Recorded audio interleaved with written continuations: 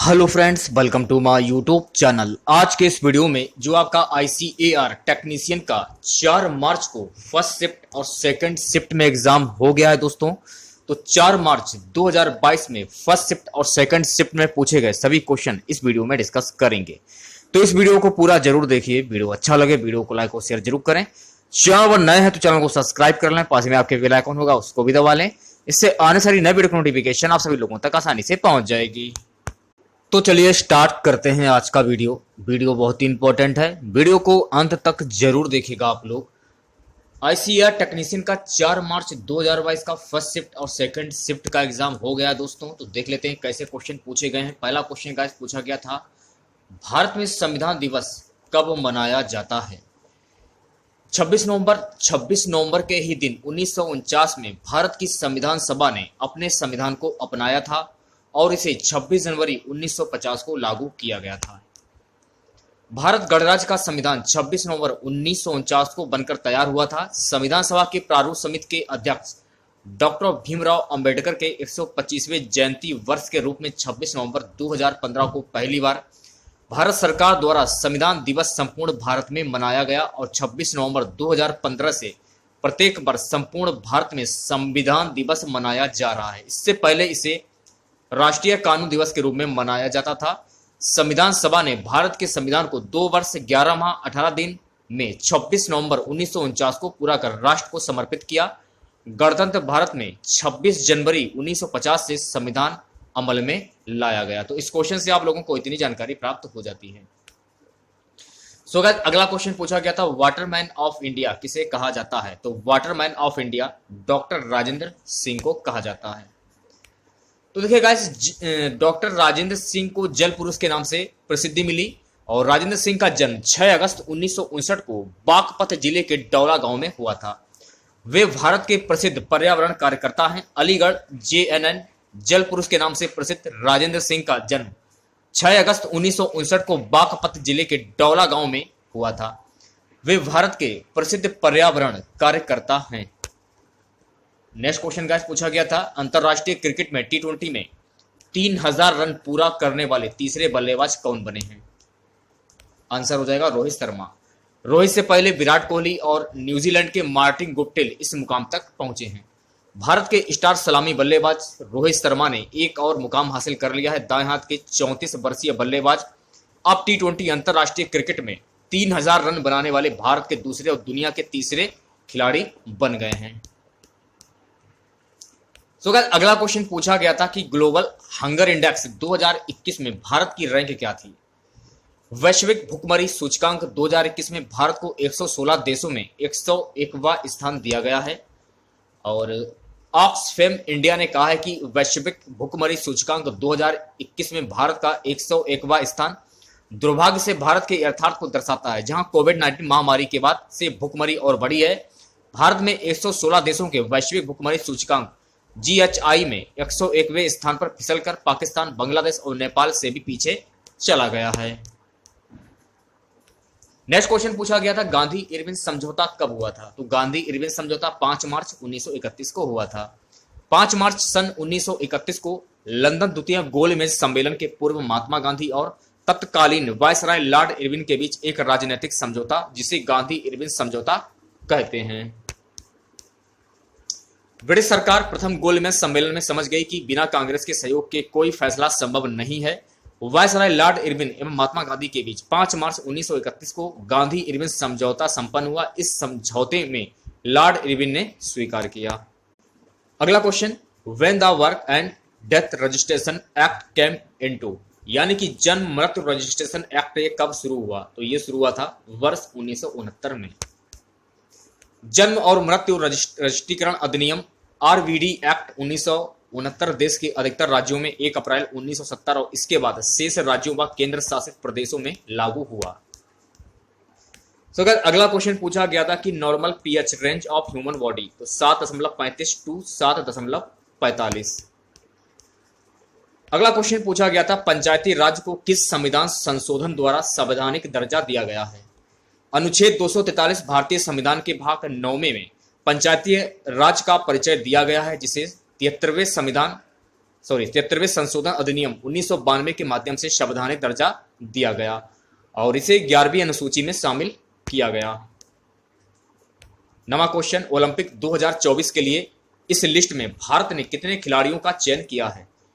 Paris Olympic के लिए 148 का चयन किया गया है, जिसमें युवा मामले और खेल मंत्रालय के मिशन ओलंपिक प्रकोष्ठ की बैठक में लक्ष्य ओलंपिक पोडियम योजना के तहत टारगेट ओलंपिक पोडियम स्कीम्स के तहत समर्थन के लिए 7 ओलंपिक विषयों में और 6 पैरालंपिक विषयों में 20 नए खिलाड़ियों सहित कुल 148 एथलीटों की पहचान की गई। टीओपी योजना जो भारत के शीर्ष एथलीटों की सहायता प्रदान करने का एक प्रयास है, यह योजना 2014 में शुरू की गई। तो इस क्वेश्चन से आप लोगों को इतनी जानकारी प्राप्त हो जाती है। अगला क्वेश्चन पूछा गया था, इनमें से कौन सा देश में हिमालय का क्षेत्र नहीं है? भारत, चीन, श्रीलंका, नेपाल। आंसर हो जाएगा श्रीलंका। अगला क्वेश्चन पूछा गया था कि शेरशाह सूरी और हुमायूं के बीच 1540 में कौन सा युद्ध हुआ था? देखिए गाइस, जो बिलग्राम का युद्ध हुआ था ये ऑप्शन में नहीं था, ज्यादातर बच्चे यही बता रहे थे, लेकिन जो कन्नौज में ये युद्ध हुआ था बिलग्राम का, कन्नौज ऑप्शन में हो सकता है। इसमें शेरशाह सूरी की विजय हुई थी, ये आपको ध्यान में रखना है। बिलग्राम वार 1540, मुगल बादशाह हुमायूं और सूर्य साम्राज्य के संस्थापक शेरशाह के मध्य कन्नौज में हुआ भीषण युद्ध इतिहास में बिलग्राम युद्ध के नाम से दर्ज है। यह वर्ष 1540 ईस्वी में लड़ा गया था, ये आपको ध्यान में रखना है, क्योंकि बिलग्राम का जो बिलग्राम जो है ये ऑप्शन में नहीं था, लेकिन कन्नौज जो था ये आपके ऑप्शन में था। चौसा का एक युद्ध हुआ था, इसके बारे में जान लीजिए आप लोग, काफी इंपॉर्टेंट है। भारत में मुगल साम्राज्य हुमायूं और सूरी साम्राज्य के संस्थापक शेरशाह सूरी के बीच एक युद्ध हुआ था। यह 26 जून 1539 को आधुनिक बिहार राज्य के बक्सर जिले में स्थित चौसा गांव के पास लड़ा गया। इसमें शेरशाह सूरी की विजय हुई थी, यह भी आपको ध्यान में रखना है। नेक्स्ट क्वेश्चन पूछा गया था, दिल्ली किस रेलवे जोन के अंतर्गत आता है? तो रेलवे उरे उत्तर रेलवे का जोनल मुख्यालय दिल्ली में स्थित है और उत्तर रेलवे का जोनल मुख्यालय दिल्ली में स्थित है। इसे 5 डिवीजनों में विभाजित किया गया है। अगला क्वेश्चन पूछा गया था कि मुजीब वहनी का नेतृत्व किसने किया था? तो मुजीब वहनी का नेतृत्व जो आवामी लोग के युवा नेता शेख फजलुल हक मोनी और तोफेल अहमद और अब्दुल रजाक ने किया था। अगला क्वेश्चन पूछा गया था कि who signed with AWPO for development of NavIC's messaging. Answer हो जाएगा इसरो। नेक्स्ट क्वेश्चन पूछा गया था कि हड़प्पा सभ्यता के किस सिक्कों पर किस मोहर का प्रयोग किया गया था? हड़प्पा सभ्यता के किस सिक्कों पर किस मोहर का प्रयोग किया गया था? शेख लड़ी नामक पत्थर का। इसके बारे में जान लेते हैं। हड़प्पा सभ्यता का नामकरण हड़प्पा नामक स्थान जहां यह संस्कृति पहली बार खोजी गई थी उसी के नाम पर किया गया है। इसका काल निर्धारण लगभग 2600 और 1900 ईसा पूर्व के बीच किया गया है। सिंधु घाटी सभ्यता की सबसे विशिष्ट पुरातत्व मोहर यह सेल खड़ी नामक पत्थर से बनाई जाती है, यह आपको ध्यान में रखना है, ठीक है। नेक्स्ट क्वेश्चन पूछा गया था कि जेट स्ट्रीम किसे कहते हैं? तो जेट स्ट्रीम के बारे में जान लीजिए आप लोग। जेट स्ट्रीम या जेट धारा वायुमंडल में तेजी से बहने व घूमने वाली हवा की धाराओं में से एक है। यह मुख्य रूप से जो मंडल के ऊपरी परत यानी समताप मंडल में बहुत ही तीव्र गति से चलने वाली नलिकाकार सक्रिय पवन प्रवाह अथवा वायु प्रणाली को कहते हैं। जेट धाराएं पृथ्वी सहित कुछ ग्रहों के वायुमंडल में तेजी से बहने व घूमने वाली हवा धाराएं हैं। पृथ्वी पर मुख्य जेट धाराएं ट्रोपोपॉज की ऊंचाई पर स्थित होती हैं और वे पश्चिम से पूर्व ओर बहती हैं। उनके पथ आमतौर पर एक घूमने वाला आकार के होते हैं। जेट स्ट्रीम 2 या 2 से अधिक हिस्सों में विभाजित हो सकती है, एक धारा में जुड़ सकती है या जेट की दिशा के विपरीत दिशाओं में बहती है। तो इस क्वेश्चन से आप लोगों को इतनी जानकारी प्राप्त हो जाती है। अगले क्वेश्चन की ओर बढ़ते हैं। अगला क्वेश्चन पूछा गया था कि which organisation publishes notes in India. Answer हो जाएगा RBI। अगला क्वेश्चन पूछा गया था बांग्लादेश की जनसंख्या वृद्धि दर कितनी है? तो बांग्लादेश की जनसंख्या वृद्धि दर है 16.47 करोड़। इसके बारे में जान लेते हैं। वर्तमान 2022 के अनुमानित आंकड़ों के अनुसार बांग्लादेश की कुल जनसंख्या 16,33,44,206 यानी कि 16.33 करोड़ तक पहुंच चुकी है। इस लिहाज में से जनसंख्या के आधार पर बांग्लादेश विश्व का 8वां सबसे बड़ा देश है। विश्व की कुल आबादी में बांग्लादेश 2.11% का योगदान देता है। इस देश का कुल क्षेत्रफल 1,30,170 वर्ग किलोमीटर है। तो इस क्वेश्चन से आप लोगों को इतनी जानकारी प्राप्त हो जाती है।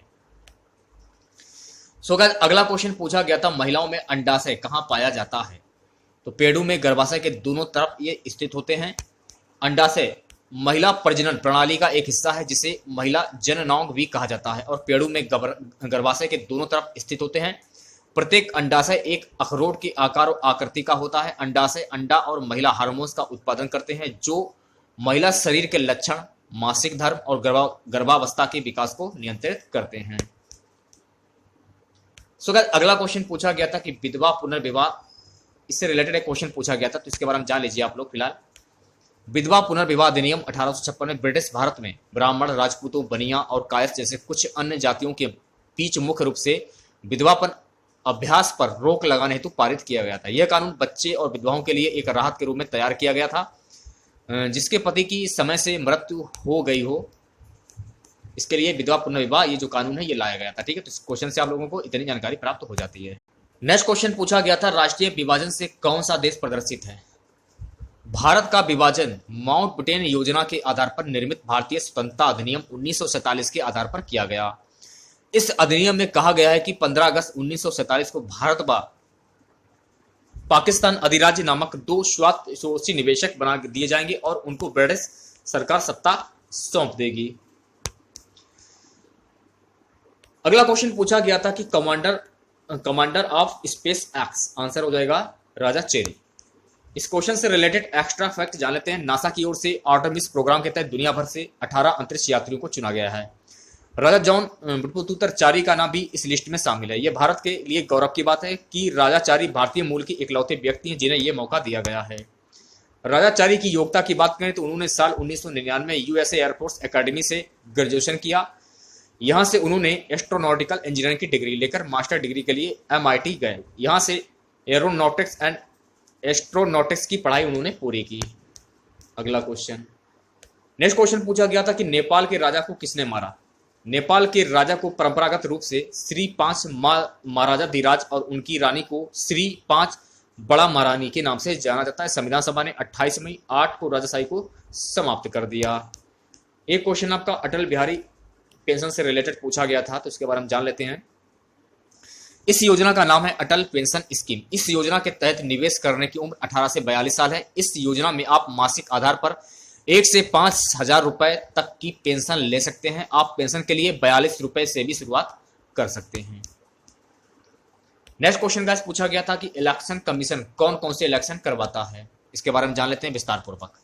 भारतीय निर्वाचन आयोग के पास विधानसभा, लोकसभा, राज्यसभा और राष्ट्रपति आदि चुनाव से संबंधित सत्ता होती है, जबकि ग्राम पंचायत, नगर पालिका, महानगर परिषद और तहसील एवं जिला परिषद के चुनाव की सत्ता संबंधित राज्य निर्वाचन आयोग के पास होती है। अगला क्वेश्चन गाइस पूछा गया था कि BWF 2021 सिल्वर मेडल कौन जीता है, तो इसके बारे में जान लेते हैं। भारतीय शटलर किदाम्बी श्रीकांत ने BWF world championship BWF world championship में इतिहास रच दिया। उन्होंने टूर्नामेंट का सिल्वर मेडल अपने नाम किया। ये वाला क्वेश्चन मैं आपको बता चुका हूं कि संविधान दिवस कब मनाया जाता है। अगला क्वेश्चन पूछा गया था कि सती प्रथा का विरोध किसने किया था, तो राजा राम मोहन राय ने इसका विरोध किया था। इसके बारे में जान लेते हैं। भारत में व्याप्त इस कुप्रथा प्रथा को खत्म करने का श्रेय अंग्रेज वायसराय विलियम बर्डी को जाता है, जिन्होंने 1829 में आज ही के दिन सती प्रथा पर रोक लगा दी। लॉर्ड बेटिंग भारतीय समाज से तमाम बुराइयां खत्म करने के हिमायती थे और उन्होंने कन्या वध की कुप्रथा का भी अंत किया। एक क्वेश्चन आपका सरोजा अवार्ड से पूछा गया था, ये आपको ध्यान रखना है, ठीक है। सो गाइस अगला क्वेश्चन पूछा गया था कि शरीर के लिए कौन सा महत्वपूर्ण प्रोटीन है, तो इसके बारे में जान लेते हैं। जंतुओं के शरीर के लिए कुछ आवश्यक प्रोटीन एंजाइम, हार्मोन्स, ढोने वाला प्रोटीन, सिकुड़ने वाला प्रोटीन, संरचनात्मक प्रोटीन एवं सुरक्षात्मक प्रोटीन है। प्रोटीन का मुख्य कार्य शरीर की आधारभूत संरचना की स्थापना, एंजाइम के रूप में शरीर की जैव रासायनिक क्रियाओं का संचालन करना है। आवश्यकता अनुसार इसमें ऊर्जा भी मिलती है। अगला क्वेश्चन का पूछा गया था ताजमहल यूनेस्को की धरोहर में कब ये शामिल हुआ, ये क्वेश्चन पूछा गया था, तो इसके बारे में जान लेते हैं। ताजमहल यूपी के आगरा शहर में स्थित एक विश्व धरोहर मकबरा है। इसका निर्माण मुगल सम्राट शाहजहां ने अपनी पत्नी मुमताज महल की याद में करवाया था। ताजमहल मुगल वास्तुकला का उत्कृष्ट नमूना है। साल 1983 में ताजमहल को यूनेस्को विश्व धरोहर स्थल में शामिल किया गया था। आज का हमारा सबसे लास्ट क्वेश्चन रहेगा। एक क्वेश्चन आपका ग्रासलैंड से पूछा गया था, इसके बारे में जान लीजिए आप लोग। घास भूमि या बिहार भूमि या चमनजार ऐसे विस्तृत क्षेत्र को कहते हैं जहां दूर दूर तक घास और छोटे छोटे झाड़ फैले हुए हों। ऐसी जगहों पर जहां जहां वृक्ष भी हो सकते हैं, लेकिन भूमि के अधिकतर हिस्से पर घास ही बिछी हुई होती है। अंटार्कटिका को छोड़कर घास भूमियां हर महाद्वीप पर पाई जाती हैं और अक्सर स्थानीय नामों से जानी जाती हैं। दक्षिणी अफ्रीका में इसे वर्ल्ड, उप सहारवी अफ्रीका में शवाना, यूरोप व एशिया में स्टेपी, उत्तर अमेरिका में प्रेरी और दक्षिण अमेरिका में पंपास के नाम से जाना जाता है। भारतीय उपमहाद्वीप के उत्तरी इलाकों में घास भूमि के छोटे क्षेत्रों को मर्ग कहा जाता है। वह घास भूमि जिसका प्रयोग जानवर चराने के लिए किया जाता है उसे अक्सर चारागाह भी कहा जाता है। विश्व के अलग भागों की घास भूमि में घास की जातियों में भी अंतर होता है। दक्षिण अमेरिका के उत्तरी भाग और दक्षिण अफ्रीका की घास भूमि में घासों की सबसे अधिक जातीय विविधता पाई जाती है। पंपास घास रहित मैदान होते हैं। तो आज के इस वीडियो में बस इतना ही। आशा करते हैं आज का वीडियो आप लोगों को पसंद आया होगा। वीडियो अच्छा लगे वीडियो को लाइक और शेयर जरूर करें। चैनल पर नए हैं तो चैनल को सब्सक्राइब कर लें, पास ही में आपके बेल आइकन होगा उसको भी दबा लें। इससे आने सारी नई वीडियो की नोटिफिकेशन आप सभी लोगों तक आसानी से पहुंच जाएगी। आज के इस वीडियो की पीडीएफ फाइल आप हमारे टेलीग्राम ग्रुप से प्राप्त कर सकते हैं। टेलीग्राम ग्रुप का लिंक जो है वीडियो के डिस्क्रिप्शन में दिया गया है। तो मिलते हैं नेक्स्ट वीडियो के साथ। जय हिंद, जय भारत।